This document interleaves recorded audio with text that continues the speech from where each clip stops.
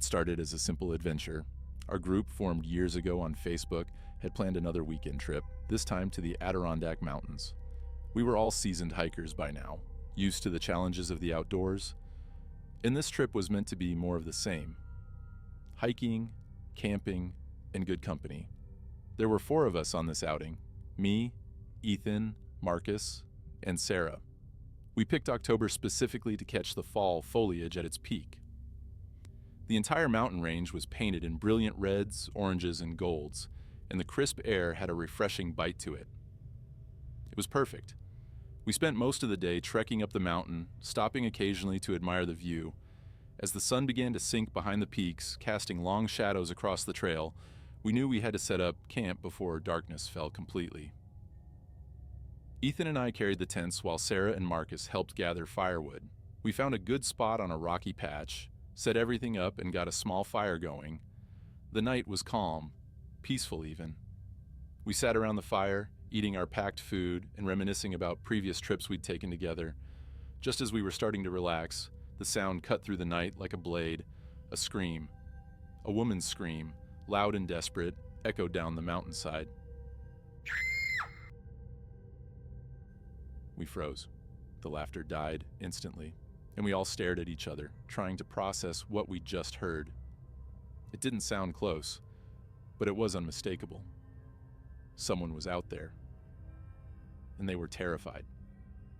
The scream silenced us instantly. We sat there, frozen, staring at each other with wide eyes. No one was supposed to be this far up the trail. We hadn't seen a single soul since we started our hike. The mountains felt empty, isolated, and yet, someone out there had just screamed for their life. Before we could even decide what to do, another sound ripped through the stillness. This time it wasn't a scream, but a high-pitched pop, sharp and unnatural, echoing down the mountainside.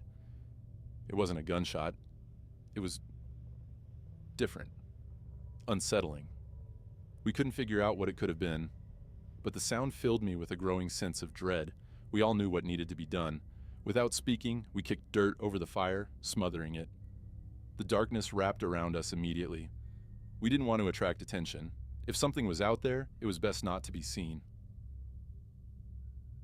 Ethan and I climbed into one tent, while Sarah and Marcus took the other. The forest around us fell back into silence, but my mind wouldn't stop racing. I couldn't shake the sound of that scream, replaying it over and over in my head. Lying there in my sleeping bag, I could feel the tension in the air, thick and suffocating. Ethan shifted beside me, clearly just as on edge. Every rustle of the wind, every snap of a twig, made my heart pound harder. I thought I might finally be drifting off, when it happened again. A scream, even closer this time. Piercing through the night, it was louder, higher pitched, and filled with sheer terror. I bolted upright, and Ethan was already staring at me, his face pale in the dim moonlight filtering through the tent. Neither of us said a word, but we didn't need to. Fear was written all over our faces. That's when we heard the footsteps. Slow, deliberate crunches on the rocky ground just outside the tent.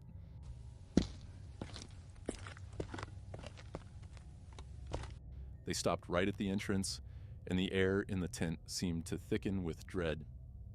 My first thought was that it had to be Marcus or Sarah, but when I called out their names, there was no response. Just the deafening silence of the mountains. Ethan and I locked eyes, and I could see the same question in his expression. Then, without warning, the tent began to shake. Violently. Something or someone was yanking at the fabric, pulling and pushing it with such force that the poles started to bend inward.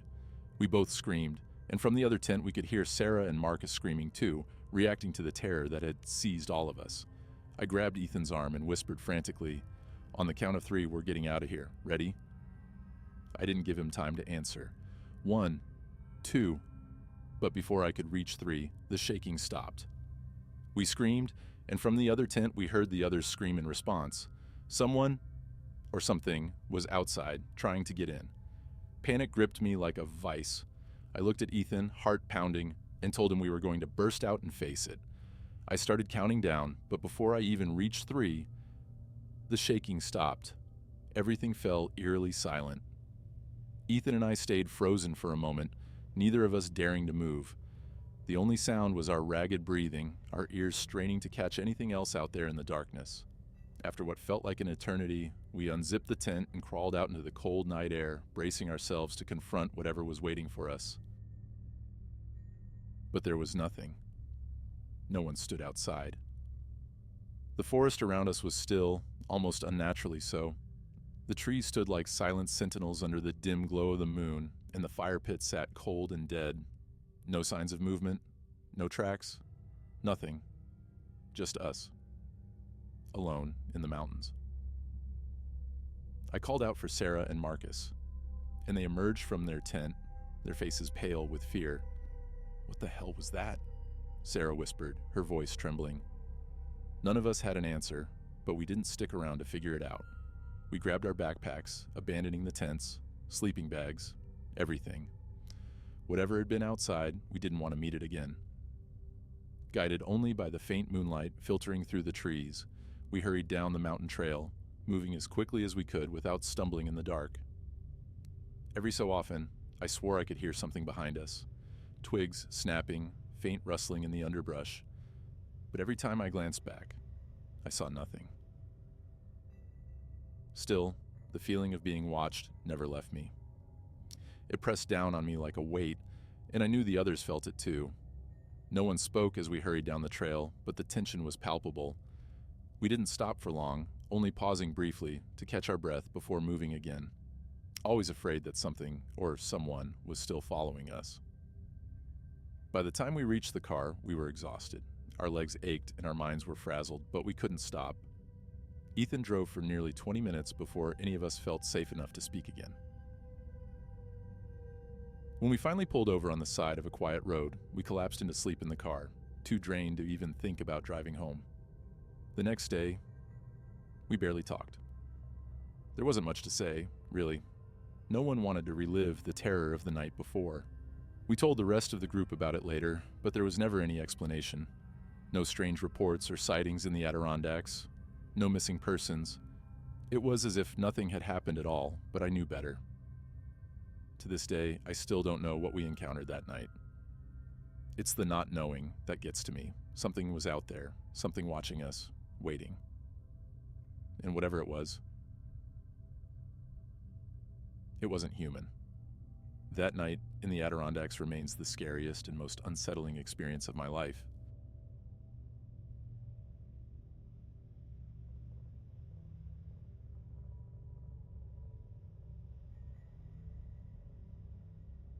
My uncle has always been the wild one in the family, the kind of guy who'd skydive without a second thought or race motorcycles through mountain passes. Everyone worried about him, especially my mom, my other uncles, and my grandma. But nothing ever seemed to stop him, not even the fact that he'd been on heavy medication for as long as I could remember. He lived for the thrill, constantly chasing the next rush. Climbing mountains was his thing.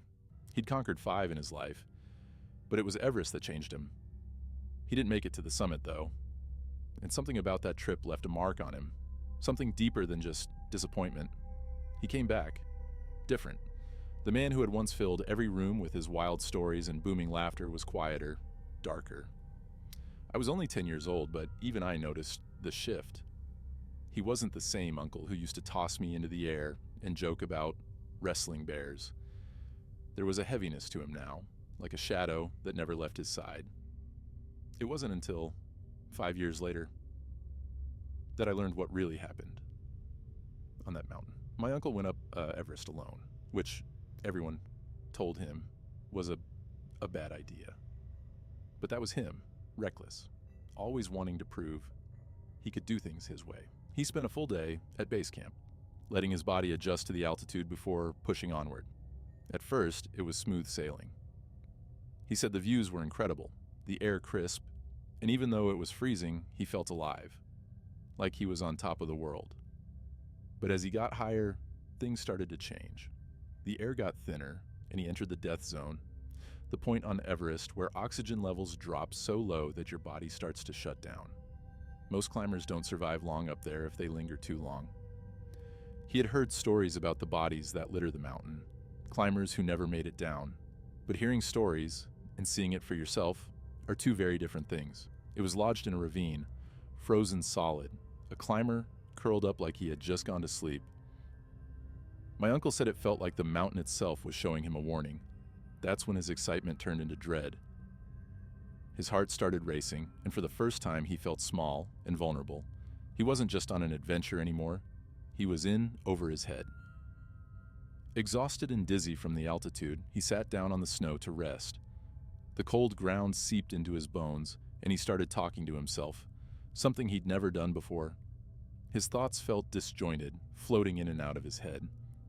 After what felt like an hour, he stood up, but he knew deep down that he wasn't going to make it to the summit. His body wasn't going to hold up much longer. That's when he saw another climber. The man seemed to come out of nowhere, bumping into my uncle as he passed, urging him to keep going. "Come on, you're almost there," the man said, his voice oddly distant, like it was coming from far away. There was something off about him, but my uncle couldn't quite place it. The man's face was pale, lips cracked from the cold, but his eyes, they were too bright, too eager. My uncle shook his head, telling the man he was heading back down. He didn't have the strength to go any higher. But the man wouldn't give up. "Come on, it's not much further," he insisted, his voice echoing in the thin air. My uncle turned and started descending, but every time he glanced back, the man was there, always smiling, always motioning for him to come back up. The higher he went, the closer he seemed to get, like he was waiting for my uncle to change his mind. The strange man wouldn't leave him alone. Every time my uncle looked back, he was there, grinning, motioning for him to turn around and climb back up.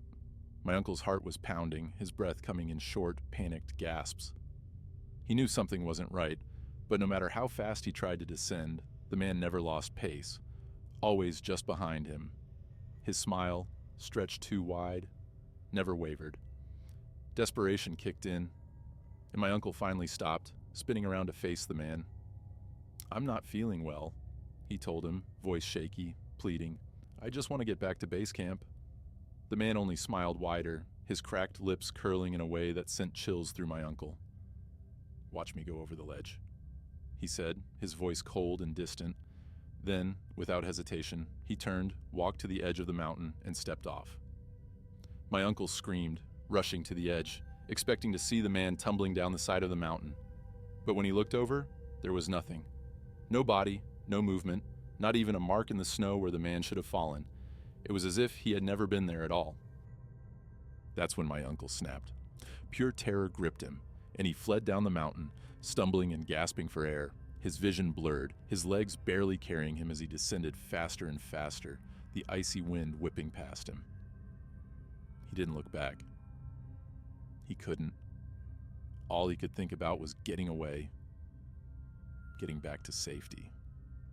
But the world around him began to fade, his body giving out under the strain. The last thing he remembered was collapsing into darkness. He woke up back at base camp, lying in a medical tent. Some climbers had found him passed out, dangerously close to freezing, and had brought him down to where a helicopter could reach him. He was lucky to be alive. But that wasn't the end of it. After returning home, my uncle did some research. He couldn't shake the face of that climber, the one who had followed him. That's when he found something that made his blood run cold. A young climber, one who looked just like the man he saw, had died on Everest the same week my uncle was there. The man's death had been reported before my uncle's so-called hallucination. To this day, my uncle doesn't know what he saw on that mountain. He likes to tell himself it was just the altitude, the lack of oxygen playing tricks on his mind. But part of him wonders if it was something else entirely.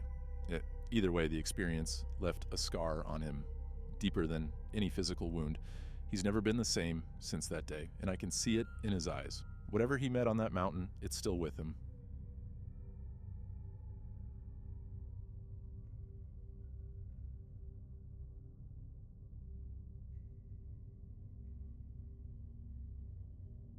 I had just gone through a brutal breakup The kind that leaves you reeling and questioning everything. My head was a mess, and I needed to escape, to get away from the constant reminders, the texts I couldn't stop reading, and the heavy silence that filled my apartment. That's when I decided to head up to Jasper National Park. The mountains had always been my go-to when life got overwhelming. There was something about the solitude, the crisp air, and the raw, untamed beauty that helped me reset. I figured a day of hiking and rock climbing might be the perfect distraction. I packed up all my gear, ropes, helmet, harness, the whole setup. I'd climbed plenty of times before, and I knew the park had some great trails. After driving for hours, I finally reached the park, parked my car, and started my hike into the forest. The further I got from civilization, the lighter I felt. The breakup didn't seem to sting as much out here. The only sounds were the rustling leaves and the occasional bird call. It felt peaceful. About half a mile in, I found the perfect rock face to climb. It was steep, challenging, but manageable. It was exactly what I needed. I took my time setting up, finding a strong tree to use as an anchor point before wrapping my rope around it. Once everything was secure, I clipped my harness, double-checked my knots, and stood at the edge, looking down at the drop below. For the first time in days, my mind was quiet. It was just me, the rock, and the climb ahead. Ready to go, I leaned back into my harness and began to rappel down the wall, the world above fading away as I descended into the calm focus of the climb. As I rappelled further down the rock face, something caught my eye. A dark, gaping hole in the side of the mountain. A cave. It wasn't at ground level, which was strange in itself. It just sat there, high up, almost hidden unless you were right on it. I don't know why, but my curiosity spiked. Maybe it was the need for distraction, or maybe just the allure of the unknown. Either way. I decided to check it out. I climbed over to the entrance, keeping my rope tethered securely, and hoisted myself into the cave. Almost immediately, the light from outside began to fade, swallowed by the darkness inside. I took a few steps in, each one feeling heavier than the last as the shadows around me thickened. Just a few feet in, it was pitch black, the kind of black that swallows you whole. I paused, listening to the silence of the cave, but that's when I heard it. A faint, low, buzzing sound. It was so soft that I almost missed it, like a distant hum, but it was there, vibrating in the air, the kind of sound that makes your ears strain to catch more of it. I didn't know what to make of it, so I did the only thing I could think of. I called out. "Hello?" My voice echoed back at me, bouncing off the jagged walls, but the moment my voice reached the cave's depths, the buzzing stopped, cut off, as if whatever had been making it was listening now too. That's when the fear hit. A slow, creeping dread snaked its way up my spine. I stood frozen, unsure whether to press on or turn back, and then I heard it. Breathing. Slow, deep, rhythmic breathing. And it wasn't mine. I wasn't alone. I tried to back away, but my rope snagged against the edge of the cave entrance. Panic clawed at me, but I forced myself to move carefully, inching toward the light outside. But curiosity has a way of overriding better judgment. I needed to know what or who was in there. Against every screaming instinct, I pulled my flashlight from my pack. My hand shook as I hovered over the switch, a wave of hesitation washing over me. I knew I might regret this, but I flicked the light on anyway. The beam cut through the dark, revealing jagged rocks and empty space. At first. But then, as the light hit the far end of the cave, I saw them. Two faces, half hidden behind a rock, staring right at me. At first glance, they looked human, but something was off. Their skin was almost gray, pale, and sickly, like they hadn't seen sunlight in years. Their eyes were wide, unblinking, sunken deep into their gaunt faces. My breath caught in my throat as I realized they had been watching me the entire time. Hidden in the dark, seeing me even when I couldn't see them. A rush of terror flooded me. My hands shook and the flashlight beam flickered. Those things, whatever they were not human. They couldn't be. My heart raced as I turned off the flashlight and tried to retreat without making a sound, but I could still feel their eyes on me, locked onto every move I made. Panic surged through me like a tidal wave. I killed the flashlight, plunging the cave back into total darkness. Without thinking, I bolted toward the entrance, my feet slipping on the jagged rocks as I scrambled to climb out. My breath was ragged, heart pounding in my chest like it was trying to escape too. All I could think about was getting out of there, away from those things. But just as I reached the cave's mouth, relief within arm's reach, I felt it. A cold, clammy hand clamped around my ankle, its grip like ice. One of those creatures had followed me. It was trying to pull me back into the darkness, back to whatever horror waited inside. I let out a terrified scream, thrashing against its hold. With all the strength I had, I kicked back, my foot connecting with something soft. There was a sickening crunch, followed by a shriek, a sound so unnatural, so filled with rage and pain, it made my blood run cold. I didn't look back. I couldn't.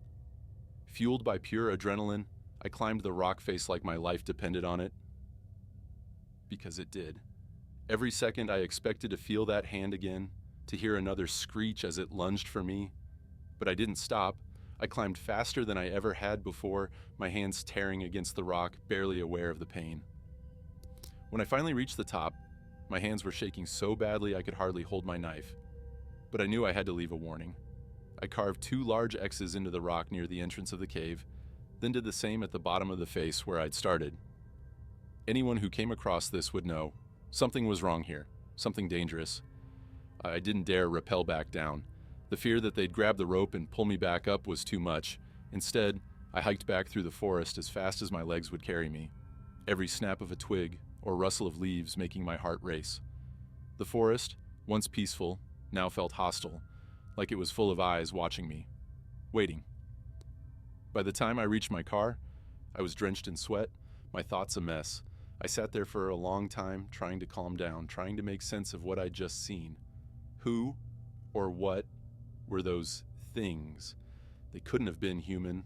No human looked like that. No human lived hidden in the darkness of a cave, waiting for someone to stumble into their lair. Eventually, I managed to call the park warden. I gave him the coordinates of the cave, told him about the strange, sickly-looking people inside. But as the words left my mouth, I knew deep down those weren't just sick people. They were something else. Something that shouldn't exist. I drove home, lost in thought, a sense of dread clinging to me like a shadow. The mountains, once my escape, now felt like a place I could never return to. That cave, it was no ordinary cave. And whatever lived inside it, I was lucky to have escaped. In the end, my breakup seemed like the least of my problems, because now, no matter how hard I try, I can't stop thinking about those creatures. I see their pale faces every time I close my eyes, and I know, deep down, that they're still there, waiting.